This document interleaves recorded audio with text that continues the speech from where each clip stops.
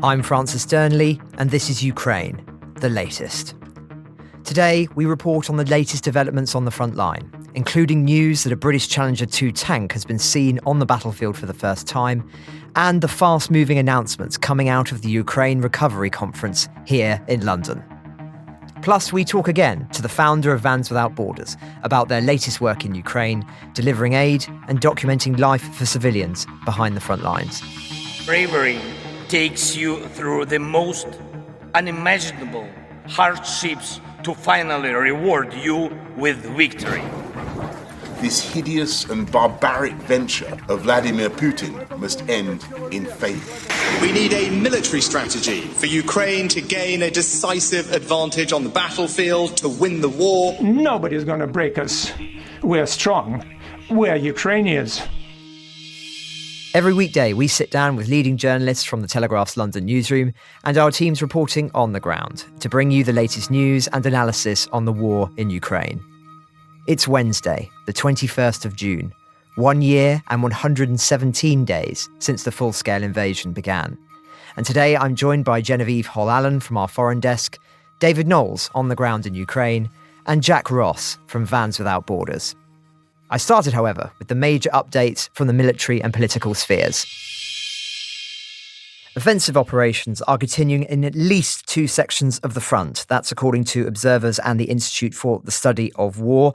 The Ukrainian General Staff report that their forces continue offensive operations on the border between Zaporizhia and Donetsk oblasts and in western Zaporizhia Oblast. A spokesman this morning said that Ukrainian forces are gaining some ground towards Berdyansk and Melitopol. Interestingly, British Challenger 2 tanks have also been seen on the battlefield for the first time after arriving in the country at the end of March. Footage released by the Ukrainian 11th Separate Army Aviation Brigade showed one of the 14 Challenger 2s joining a number of German-made Leopard 2 armoured vehicles already on the battlefield. The Russian Ministry of Defence has stated that their eastern grouping of forces successfully repelled 4 Ukrainian attacks near Orhiv in Zaporizhia Oblast and in western Donetsk. Ukraine's Deputy Defence Minister has confirmed that Russian forces are deploying significant resources to halt Ukrainian advances, but she added that ongoing Ukrainian operations have objectives beyond territorial liberation and that the main phase of counteroffensive operations has yet to commence. Now, in an interview with the BBC prior to the Ukraine Recovery Conference in London starting today, which we'll come to in a moment, President Zelensky has acknowledged battlefield progress has been slower than desired. Quote, "Some people believe this is a Hollywood movie and expect results now. It's not. What's at stake is people's lives." And he again made the case for Ukraine to receive US-made F-16s and said he believed that the fighter pilots would start training as soon as August and the jets could arrive in 6 or 7 months' time.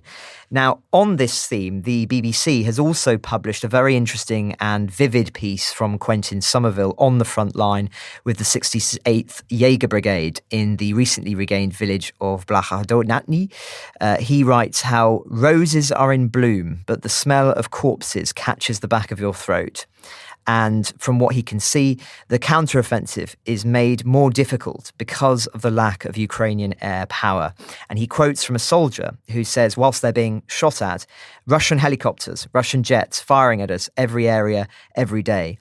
And indeed, we reported how Zelensky did warn that many Ukrainian lives would be lost due to air superiority. And so it's proved in the brigade that Mr. Somerville is embedded with. They've suffered very heavy losses as a result. The sergeant says the last week has been extremely difficult. We've lost a large number of our people. Mr. Somerville says, on his head, the sergeant wears a ballistic helmet, a size too small. I mention it, and he starts to weep. It was my son's, he says. He was killed in a drone strike not far from where we speak, a couple of days before the counteroffensive began. He'd been in the army 1 year. A kamikaze drone flew to them and, in fact, hit him directly. It was impossible to recognise him. He was buried in a closed coffin. Now, elsewhere, Russian strikes continue in the environs around Kyiv and Zaporizhia. The General Staff of Ukraine report that Russian forces launched 35 Shahed drones, 7 S-300 missiles, and 1 Iskander-M missile targeting civilian infrastructure facilities, and that Ukrainian forces shot down 32 drones. I should emphasize this has not been independently verified, but we have seen similar attacks in recent weeks, almost daily, so it would come as no surprise if they are taking place. Now, I mentioned President Zelensky's interview prior to the Ukraine Recovery Conference, co-hosted by the Ukrainian and British governments here in London. This is the big story of the day, and it's been extraordinary seeing the list of commitments made to the reconstruction of the country. Interestingly, in that same interview I referenced a moment ago, he said the support needed was not just for the recovery, but for the transformation of Ukraine as well. He said quick steps to be done immediately included finding places for people to live and rebuilding the destroyed Kakhovka Dam and decentralized energy network. But, and I'm quoting from him now, on the larger scale, we are speaking about the transformation of our country. This is Ukraine not only with its energy and agriculture and industrial complexes, but with its reforms that we can see. And he then spoke about the digitization of the country as well as judicial and anti-corruption reforms. I think that's a very important point that he's making here. And this is something the Ukrainians have been very good at articulating, I think, is why that this war is now a catalyst for transforming the country and throwing off the shackles of Russian influence, which has, of course, plagued them for a very long time. Now, I'll come to Genevieve in a moment, who is following all of this for us on our Ukraine Live blog. This is very much an evolving story. More than 1,000 foreign officials from over 60 states, along with business chiefs and global investors, are there. In March, regular listeners will recall the World Bank estimated that Ukraine's post-war reconstruction would cost roughly $411 billion, a figure which will unfortunately have increased significantly in the wake of the destruction of the dam. Now, as part of the litany of announcements, we've seen the European Union's chief executive, Ursula von der Leyen, unveil an aid package for Ukraine worth 50 billion euros. That was yesterday as they reviewed the bloc's 2021-27 budget ahead of the conference. On top of that, US Secretary of State Antony Blinken, who's just arrived in London after meeting President Xi, of course, has said that he would set out a new assistance package for Ukraine aimed at encouraging private companies to invest in the country's reconstruction after the invasion. He said, we said we would stand with Ukraine for as long as it takes, and both of our countries, to which he's referencing the United Kingdom, are deeply committed to that. And he was speaking alongside the British Foreign Secretary, James Cleverly. Britain, too, has set out a major package of financial support, including $3 billion of World Bank loan guarantees, and has also announced that it will keep sanctions against Russia in place until the Kremlin has compensated Ukraine for the destruction it has caused under new legislation introduced by the government. These are a raft of measures to tighten the sanctions regime, which will also create a route for sanctioned individuals to, quote, do the right thing by voluntarily donating frozen assets to a Ukrainian recovery fund. Of course, Britain has frozen more than £18 billion in assets and sanctioned more than 1,500 individuals since the war began, including senior government and military officials from Russia, as well as prominent billionaires such as Roman Abramovich. I think this is going to be a core theme of this conference, is using these seized assets to try and fund the reconstruction efforts and holding Russia accountable. As I say, the British stance there, I think, is particularly strong, stronger than many have made commitments about so far. And so it'll be very interesting monitoring the tone around this. Now, lastly, regular listeners will recall that the Finnish Prime Minister, Sanna Marin, or former, should I say, she was one of the most vocal supporters of Ukraine, of course, was ousted from power back in April, and it led some to speculate that the impact would be potentially significant on the Finnish position. My view was that it would change little, and in fact, there have been some interesting announcements made there following the country's joining NATO that would seem to tally with that view. Mr. Orpo, leader of the main centre-right party, was sworn in as Prime Minister on Tuesday at the helm of a coalition, and whilst it marks a step to the right on economic and social questions with a mandate to rein in public spending, its enthusiasm for NATO membership and its support for Ukraine remain undimmed. Indeed, the government has said it will cut overseas aid payments to states that support Russia's attack on Ukraine, while limiting immigration and making it much harder for foreign nationals in those countries to obtain residency or citizen rights. And I think this is a clear warning to African nations who are receiving support from the Finnish government. At last, it seems, the West is seeking to leverage its economic power to try and sway those countries who are more ambiguous towards which side they support in this war. So that's the military situation and the top line so far from the Recovery Conference, though there are some other notable updates later on, including remarks from Joe Biden regarding Putin's nuclear threats, which we'll come to later. But first, I want to turn to Genevieve, who's been following the conference closely. Genevieve, what's your sense following this? It feels like a very symbolic event. Looking at the list of pledges to come out just from the first day of this conference in London, it does seem a pretty significant moment.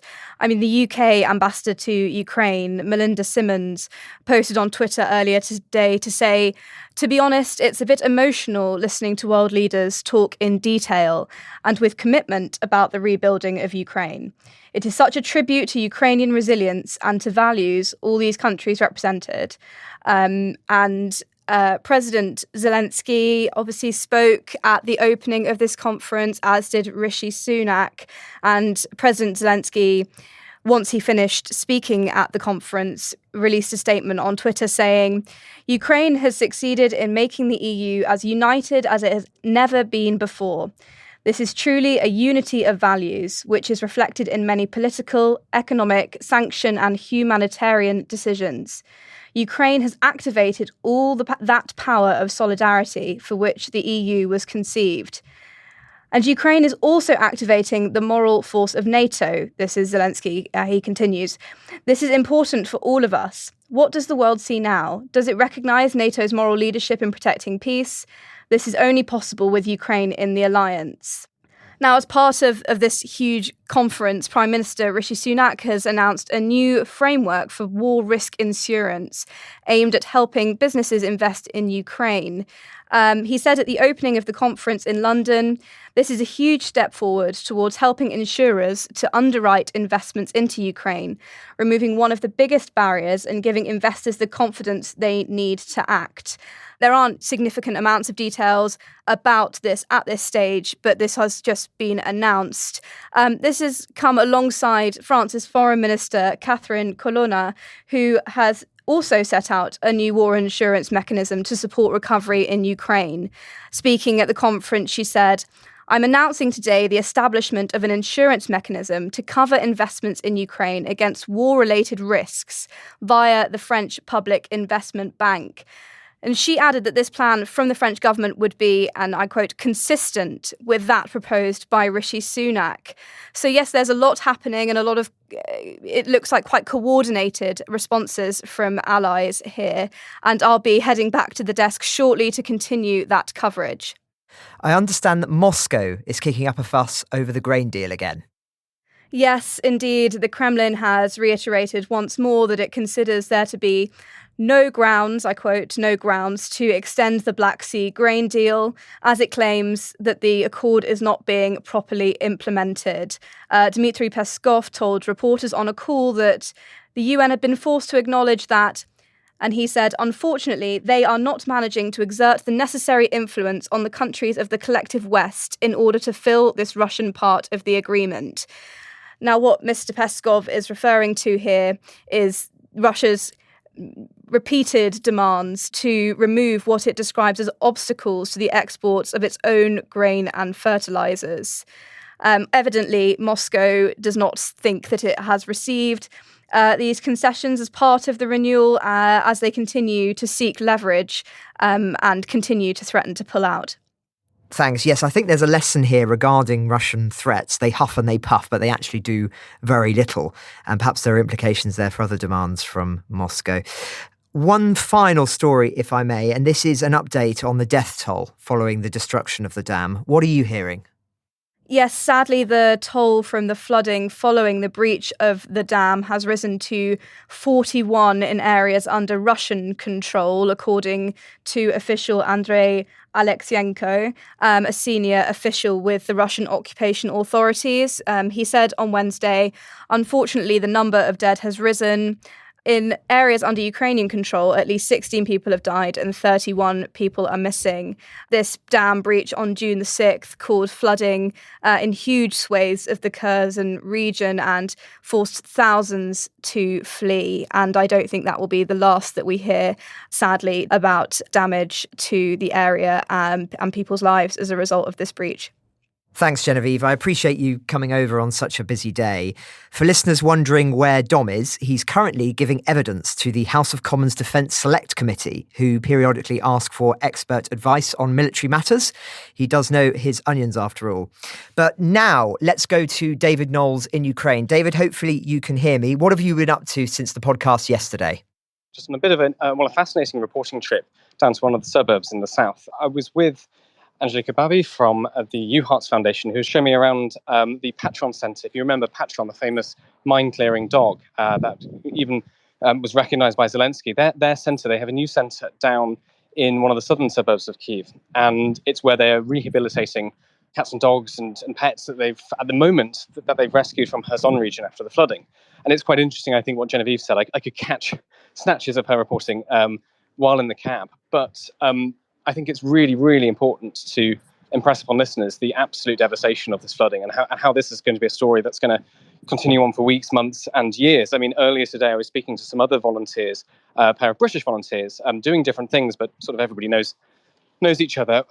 Felicity Spector, we'll come on to her. She's been on the podcast before, but a new guy I hadn't spoken to before called Edward Matthews, who's a photographer and a volunteer here in Ukraine. And he's been down in Kherson as well, assisting with some of the emergency flood relief. And he was talking about how really, this absolute environmental catastrophe will have implications, will create problems for the region for decades, specifically on the issue of floating ordnance. And essentially, these stockpiles of ammunition on both banks of the Dnipro and mines and so on and so forth that have been swept up by the fast-moving floodwaters. That now nobody knows where they are. And surveying that, discovering where they are, dealing with them, trying to work out what's happened is going to be the work of tens of years.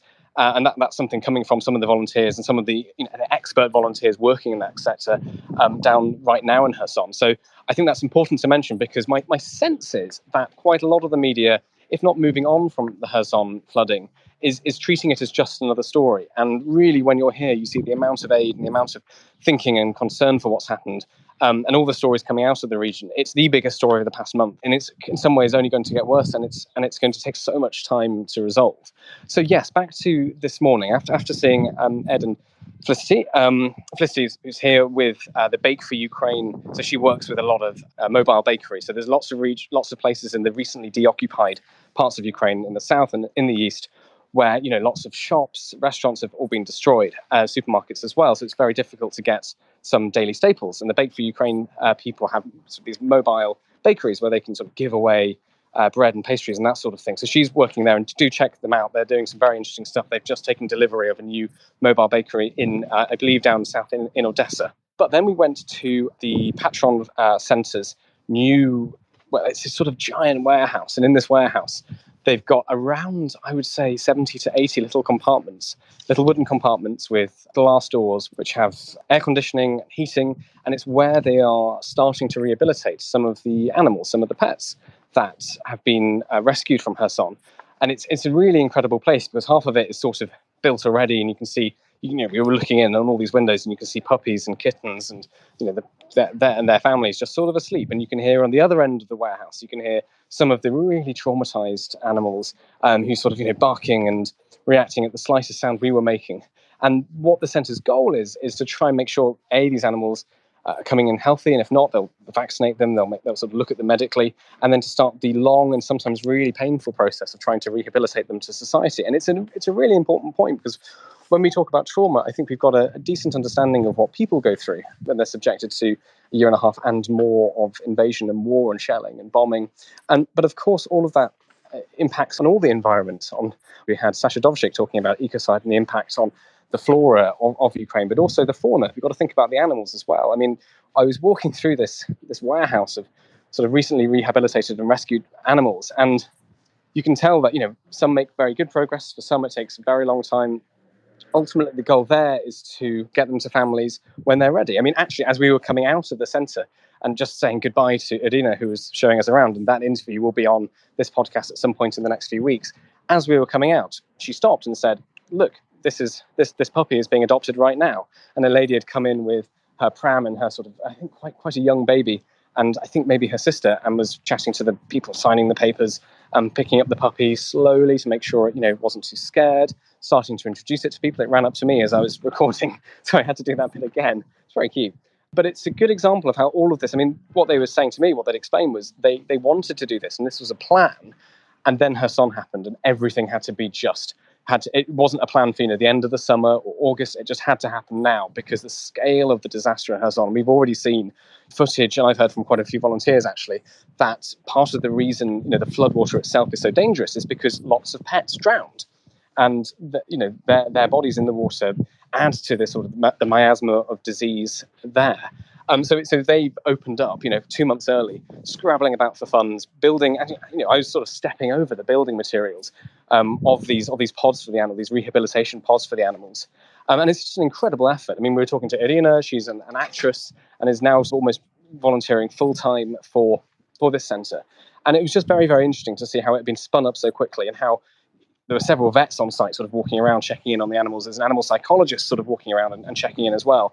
It was a really incredible thing to see, and especially because it's only been there for a couple of weeks. It was already fully functioning. Already, I think they said they had 7 dogs yesterday had been rehabilitated and been sent to a new home. And just the absolute speed of it was quite something. So it's actually been a sort of action-packed day today. I'm seeing quite a few people just outside the Taras Shevchenko Museum, because we're going to go in there and speak to Lyubov, the curator who I interviewed several months ago about the great Ukrainian poet, catch up with her and see how the museum has been dealing with the past few months. And then I think finally I might have to get my bags and head to the station for the night train. But today and yesterday have been really beautiful days, really, really interesting. So have you got any general reflections on how you found the trip? Yeah, I mean, I think it's too soon maybe to draw massive conclusions. I sort of want to let quite a lot of it settle and sift over it in my head. But one thing I would say is something my friend Anna said yesterday, that in Ukraine there's worlds within worlds. There's so much going on. There's so many different places, a multitude of stories, of histories, of different politics, of different culture. Everywhere I've been in the past 10 days, even the briefest glance out of the window, I've seen something and thought, oh, that's interesting. I should try and come back to that at some point. And I think I've got a list, 200 long, of the things we'd like to talk about. And it made me think a little bit about what the point of this podcast is. I mean, simply, it's obviously to record and report on what's happening in this war. But the only way we can do that is if we see Ukraine for the multitude of histories and overlapping identities, etc., that it is. And to be honest, the more I try and do that, the more complex it becomes, and the more obvious it is that there's so many stories that we'd love to touch on and we'd love to do. And the only way to do that is be here and speak to people. It makes me think a little bit of, those incredible photos you see that the Hubble telescope produced. And, the early ones, you see maybe 20 stars and you can point at them and say what they are. And then you see another one of the same point in the night sky and there are 1,000 galaxies. It's felt a bit like that. There's so much I want to cover. There's so many more people we want to speak to, and we won't get the chance. But it's potentially a lesson for us to, we should always stay slightly humble in front of such multitudes that we want to talk about and want to cover. I mean, even something like this, the Patron Centre, it's just one story in a sea of stories, and it was very interesting seeing it. It's going to be very interesting following their progress, seeing if they can raise the money they need to continue the rehabilitation and the work they do. Going down, if you think about the scene in Lviv, which is vibrant and loud, and there's musicians on every corner. Restaurants are full, bars are full, and you do see people obviously in military fatigues walking around. And of course, when we arrived, there was an air raid siren. And I know a couple of days ago, was it yesterday, there was a big attack on Lviv as well. And then you compare that to some of the eerie ghost villages we drove through in Kharkiv and in Donetsk, and completely empty, not a single roof on a single house, no people around, nothing functioning, everything just destroyed. And both of those stories need to be told. Not just one, not just the other, of course. And there's just, and you go to Kramatorsk, if you think about Kramatorsk, one of the real hot frontline cities at the moment, military personnel everywhere, the train full of military heading back to Kyiv for time off or for training or for something else. And contrast that with arriving in Kyiv and having cocktails last night. There's so many stories and they all overlap. And the thread that runs through them, I think, in the past year and a half of the war is that the war, in some ways, has impacted everyone. And our job is to try and understand how that's so and what that means. And not to sort of go on, but it's felt like an absolute privilege to come here with a microphone, just to walk up to people and walk up to things and say, what's that? What's going on here? Can you tell me about that? How's that? That's interesting. Tell me more. Just to try and give myself a sense and all of you listeners a sense of what the stories here are. Thanks, David. I know you have to dash off, so have safe travels. And of course, we will catch up with you when you're back, I believe, on Friday. Next, though, it's great to welcome back to the podcast 25-year-old Jack Ross from the humanitarian organisation Vans Without Borders. Jack, many people will remember our interview from several months ago. Since then, your video series for the Telegraph, Life on the Frontline, has won several awards, and your work for the humanitarian organisation has expanded considerably. Perhaps you can remind people of your work in Ukraine and what you've been doing since we last spoke. Yeah, of course, Francis. Thank you very much for having me on again. It's an absolute pleasure. And I'd just firstly like to say thank you to everyone and all of your listeners who donated last time. We raised around £10,000 after the last podcast. So huge thank you to you, Francis, and the whole team and all the listeners who made that possible. So with that money, we were able to go over to Ukraine in January, March, and for big trips, as well as running aid over in the sort of intermediate periods. And we've set up our organization so when our main team's not in the country, we work with Ukrainian partners who use our vehicles and we help support and supply aid to. So we constantly have a stream of aid going into certain areas. After we last spoke, I went over to Ukraine again towards the end of January. And we helped down in Kramatorsk and around there. And it was very interesting to see the way in which the landscape had changed. So we went to some villages we previously helped in November, which in November were pretty destitute and empty. And now they were kind of thriving hubs where the Ukrainians had pushed the Russian front line back. But we were still finding pockets of places where we went to one area and there was a crater in the middle of this small town with your classic Stalinist Soviet blocks around it. And it was completely empty. We pulled up our vehicles and people began emerging from the basements and what remained of their homes. And there was about 30, 40 people still living here. And they told us no one had come to help them before. They were completely on their own. And this is, almost a year into the war, that these people still hadn't received any help because there's so many people and not everyone is aware of where all these pockets of people are because there are so many small towns and villages and settlements. So we were able to give them food, and it was quite a sad experience for all of us because these people came out and it was cold for us. It was probably about -8, -9 at the time, and we were freezing. We could barely last outside giving out aid, and these people were living in uninsulated basements and makeshift shacks. They were pumping water out of a storm drain to get water to the area. They didn't have vehicles. They had no oil or heating. And so what they were doing is they were chopping up logs and burning them to try and create hot water for what few kind of pipes or whatever remained. It was quite a really sad situation, one of the saddest I've seen. And the worst part is it's not just old people there. There were families there with young kids. So you're talking 2-3-year-olds still living in those conditions. But since then, we also went out again in March. And the main effort of that mission is we've been bumping into a guy with Down syndrome in Kramatorsk begging. So he'd been outside one of the supermarkets the last 3 or 4 times I've been to the city, sat on cardboard, and every time we saw him, he was in the same clothes, but he was getting dirtier and dirtier. And each time we'd buy him some supplies and food. And why we went back is I've done a fundraiser in the UK. We raised £3,000 to help him. And we ended up doing a welfare check. So we worked with a Ukrainian Down syndrome charity to carry out a welfare check, find out a bit more about Sasha, who's the individual. And we learned he's a 42-year-old. He lives with a very elderly mum in a flat and with sort of other relatives all jammed in there. But no one can really work because there's no jobs. And he wasn't able to get a job because there were no employment opportunities for someone with Down syndrome in Kramatorsk. So he was out there begging. And so we ended up, we had a look and we had some photos sent to us of what his flat looked like after this welfare check. So we fundraised and raised money to buy his family a sofa bed for him and another bed, as well as some other furniture, food supplies, almost like a year's worth of coffee, that kind of thing. to try and help them out as much as possible. And so that was really rewarding for us, because while we do help loads of people, and we've helped thousands of people since the start of the war, it's the little stories like that, and the helping one individual, but in a way where you know he's going to be set up for life. Because before we went to help, the family was sleeping on the floor. They didn't really have enough money for food. They didn't have enough money to put the washing machine on. So that's why all of their clothes were dirty and everything. And it was quite a sad situation, but it was great to go over and help. And since then, we've still been running aid over and getting it distributed in different ways. Thanks, Jack. And I know you're very well connected with lots of other aid workers out there. What intelligence are you getting from them on the ground at the moment? So interestingly, it is all about Kherson at the moment, with the dam being blown up. But I'm getting mixed messages, because some of my friends are out there. They're out there on boats and they're helping people.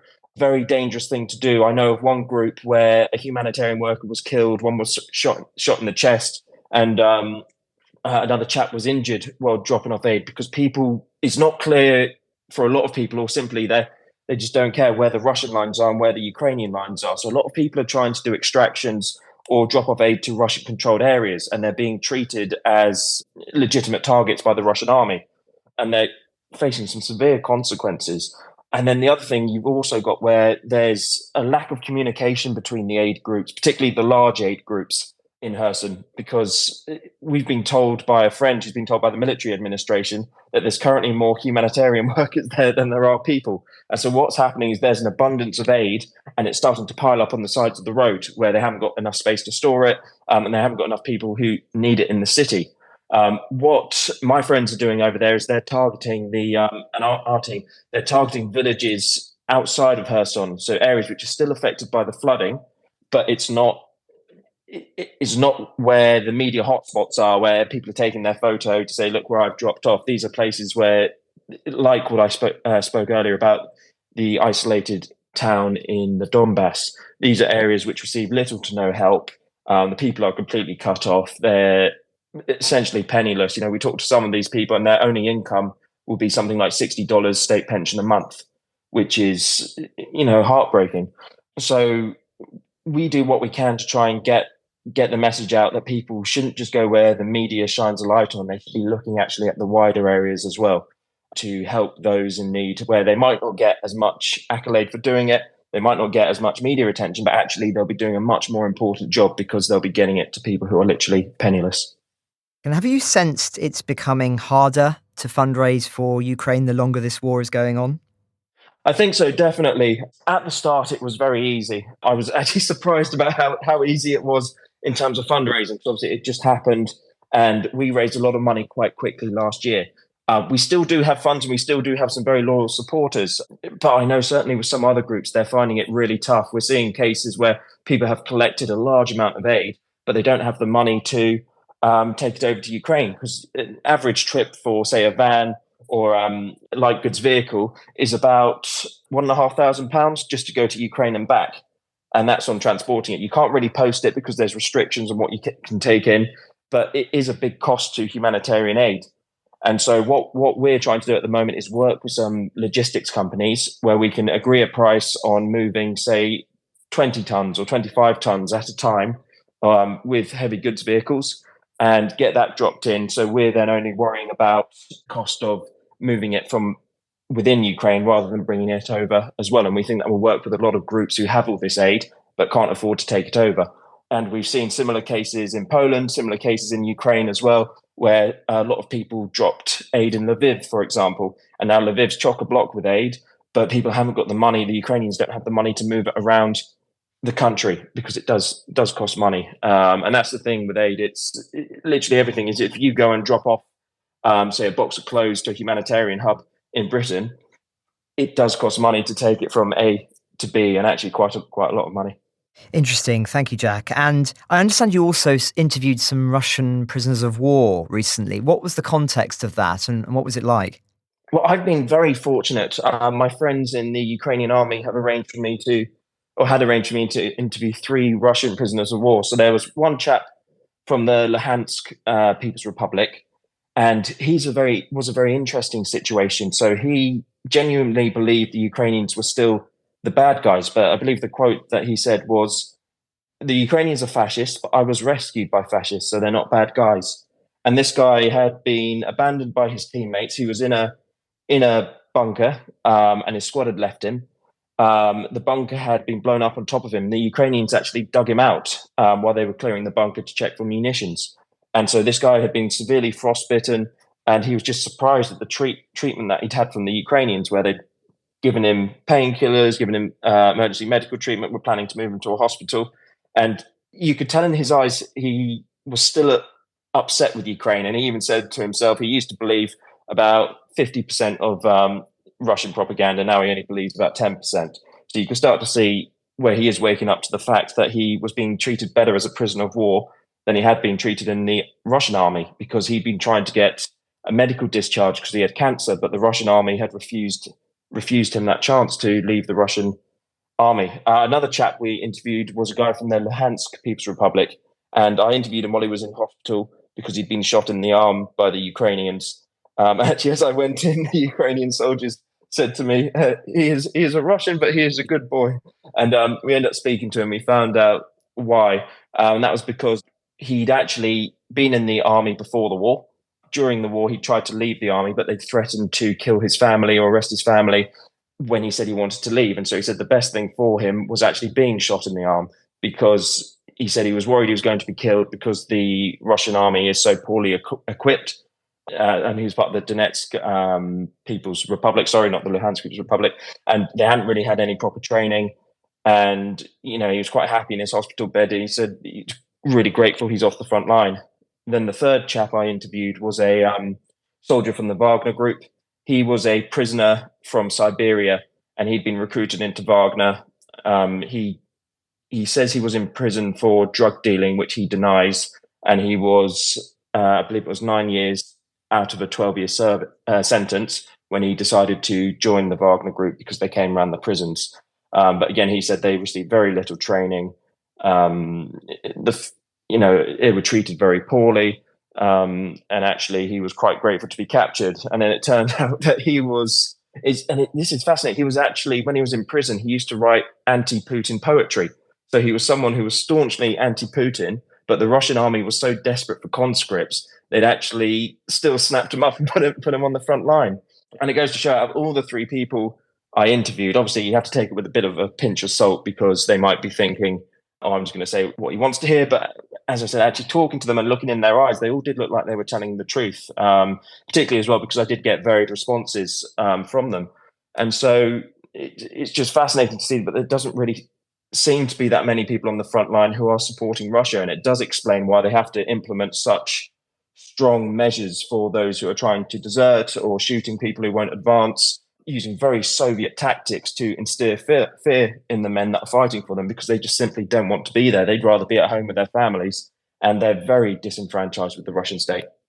Well, you've sort of answered my question, Jack, which is how reliable did you feel, or do you feel that the testimony you received from them was? Did you get a sense that you were being allowed to see these individuals because they were the sort of individuals that the Ukrainians wanted you to see, or do you think there was a little bit more of a spontaneity about it? So I think what worked well is all of the guys I interviewed, it had been less than a week after they were captured. So they were a complete random cross-section of individuals, and we were able to get access to them simply because we were there at the right time at the right place, because we work with Frontline units. They give us security when we go out and drop aid, or they let us know which areas are safe, and they let us know that if a unit a few buildings down has captured someone, and they'd be up for an interview, because they know that it helps us with our awareness work in the UK and also with our fundraising, in terms of showcasing the charity work that we do when we combine it in a video. So they were very happy for us to see these people. I don't get that there was any malice, because it's like with the third one, the Wagner prisoner, there wasn't even a soldier in the room with us at the time. They just said, you can interview and crack on.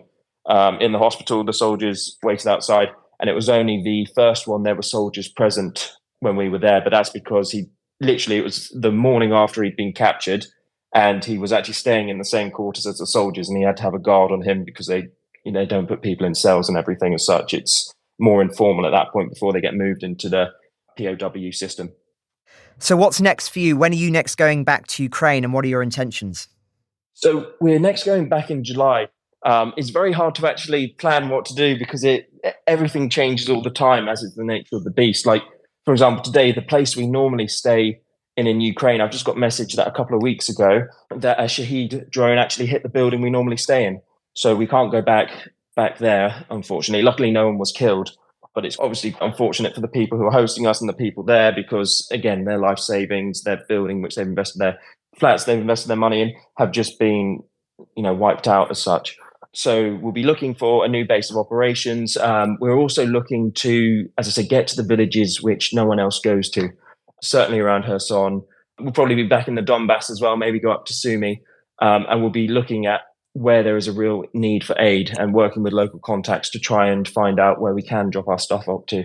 We hear all sorts of stories, so I'm really keen to go to a village where we heard an update from it where one of our friends over there gave some of our aid to a commander, some sleeping bags for his unit. And we spoke with the friend, and the commander was apparently very upset because he'd just come back from a village where they'd liberated one village, and the commander had gone in with a sniper team, and the villagers told him, you need to go to the neighboring village because the Russians are still there. So the snipers went over and eliminated the Russian soldiers who were there. They went in and they found a nursery building.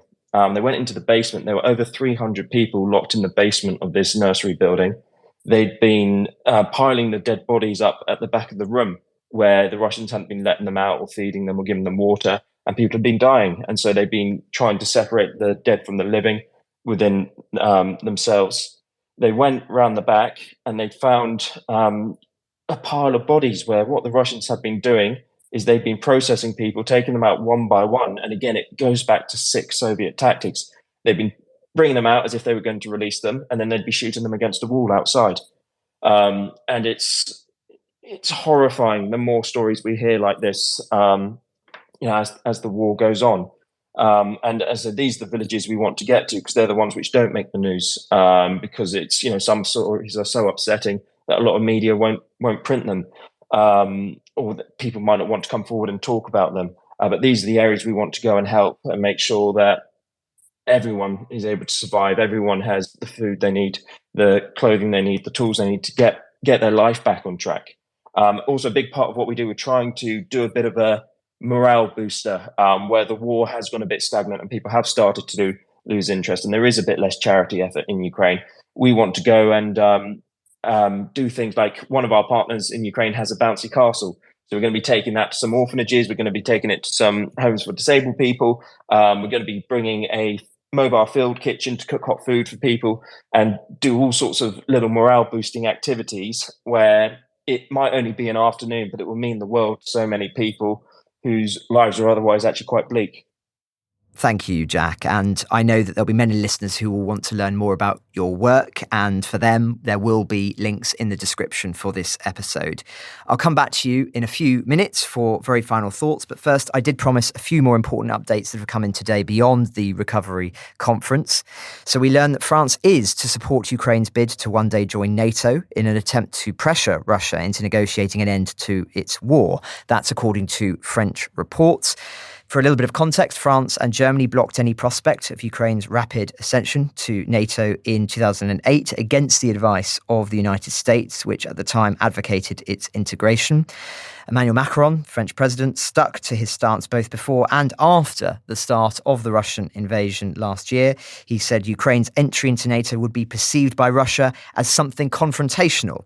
You can't imagine it with this kind of Russia. That's what he said to Le Monde in December 2022. However, during a Defence Council meeting at the Elysée on June 12th, we understand now that Mr. Macron and his government reconsidered the possibility of Kyiv joining the alliance. They defended that position as a means of influencing the conflict and bringing Moscow and Kyiv to the negotiating table. It's now the approach favoured by the French. So quite a shift this. And I think they consider pushing Ukraine's membership as a security guarantee in its own right, since they believe it would discourage Russia from continuing the war, or should the conflict come to an end, prevent any further aggression. By supporting the country's ambitions, France claims it also hopes to convince Zelensky to enter into negotiations when he deems the time is right, depending on the results of the counteroffensive. Again, that's according to reports. This stance seems to represent a significant shift for France, moving it closer to Central European countries like Poland and the Baltic states. And interestingly, one foreign diplomat is cited as saying in the reports, the French position is now closer to that of Poland than of Germany. So more on that as we have it. Speaking of Germany, Chancellor Olaf Scholz has called on China to use its influence over Russia more in regards to the war. Speaking yesterday after bilateral talks in the German capital, Mr. Scholz also said China should not supply weapons to Russia and that the war in Ukraine should not become a frozen conflict.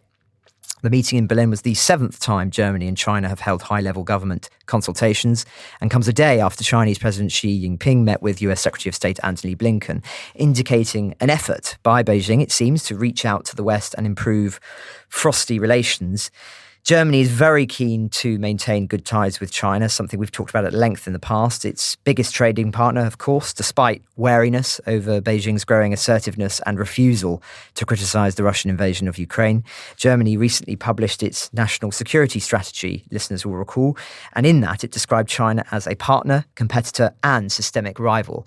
And quite how one can square those different interpretations of China in one policy, I'm not quite sure. But nonetheless, they are still very much in open dialogues with China. And I would say probably are the strongest, perhaps just in alignment with or certainly close behind France on terms of the way in which they are dealing with China since the war began.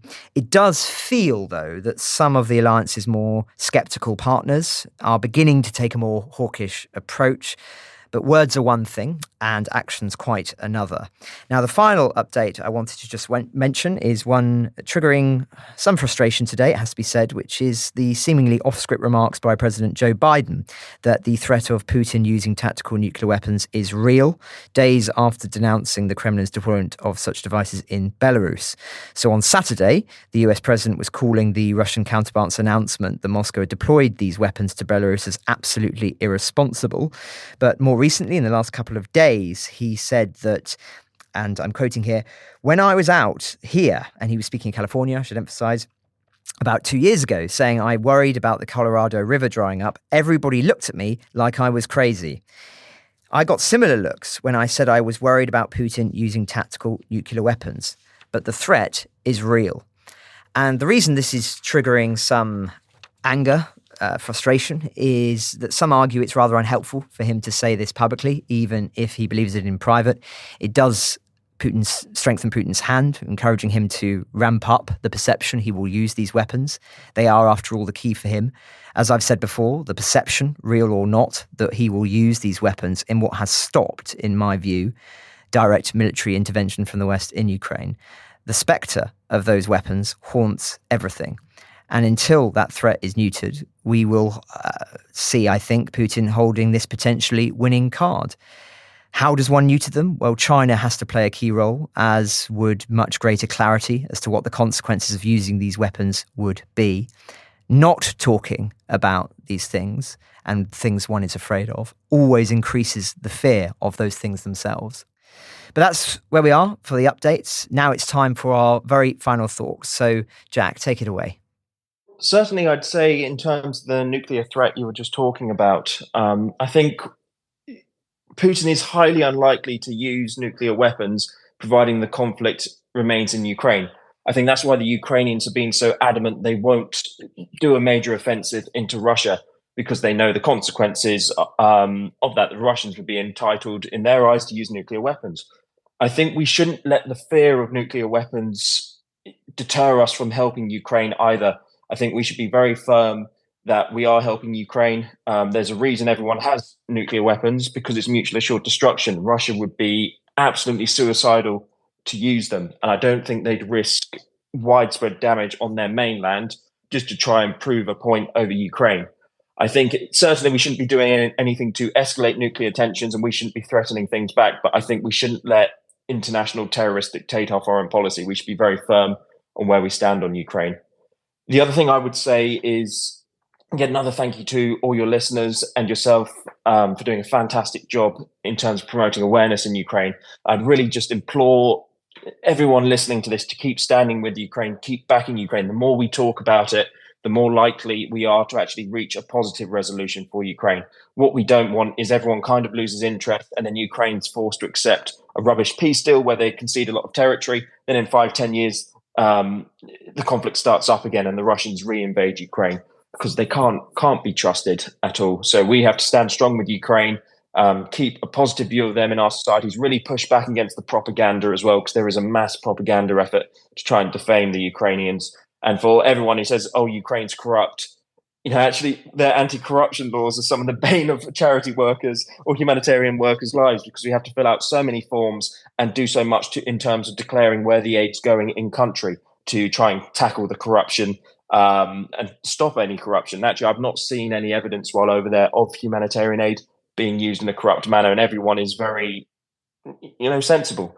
And I think it's a real credit to the Ukrainians that actually importing all of these, must be millions of tons of aid across the board that is not being misplaced, and people aren't getting backhanders like what we see in a lot of other countries, and it is all being very amicably done. Ukraine the Latest is an original podcast from The Telegraph. To stay on top of all of our Ukraine news, analysis and dispatches from the ground, subscribe to The Telegraph. You can get your first 3 months for just £1 at www.telegraph.co.uk/Ukraine the Latest. Or sign up to Dispatches, our Ukraine newsletter, which brings stories from our award-winning foreign correspondents straight to your inbox.